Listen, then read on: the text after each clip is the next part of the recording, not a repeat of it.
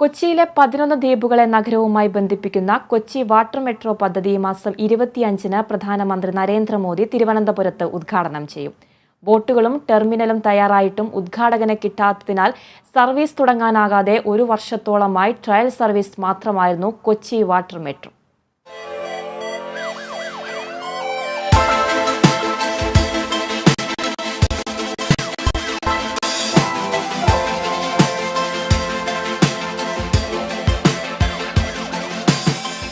കൊച്ചിയിലേക്ക് കൂടുതൽ വിനോദസഞ്ചാരികളെ ആകർഷിക്കുന്നൊരു പദ്ധതി കൂടിയാണിത്.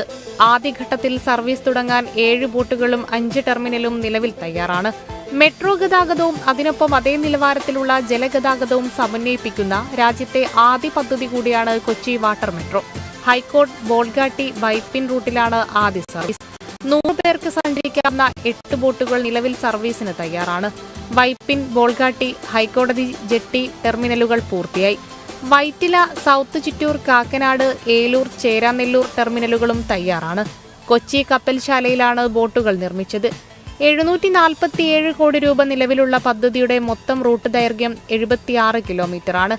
മണിക്കൂറിൽ 10 നോട്ടിക്കൽ മൈൽ വരെ വേഗം. സ്ഥിരതയാർന്ന അലൂമിനിയം കട്ടമരൻ ഹള്ളിൽ നിർമ്മാണം. നവീനമായ ഡിസൈൻ, എയർ കണ്ടീഷൻ ചെയ്ത യാത്രാ ക്യാബിൻ, വിശാലമായ പുറംകാഴ്ച എന്നിവയെല്ലാം കൊച്ചി വാട്ടർ മെട്രോയുടെ പ്രത്യേകതകളാണ്.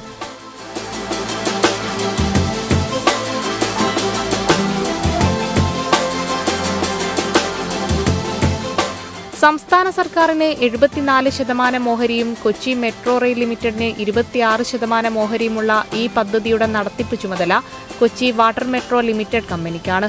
പദ്ധതി പൂർത്തീകരിക്കുമ്പോൾ 38 ടെർമിനലുകളും 78 ബോട്ടുകളും സർവീസിനുണ്ടാവും.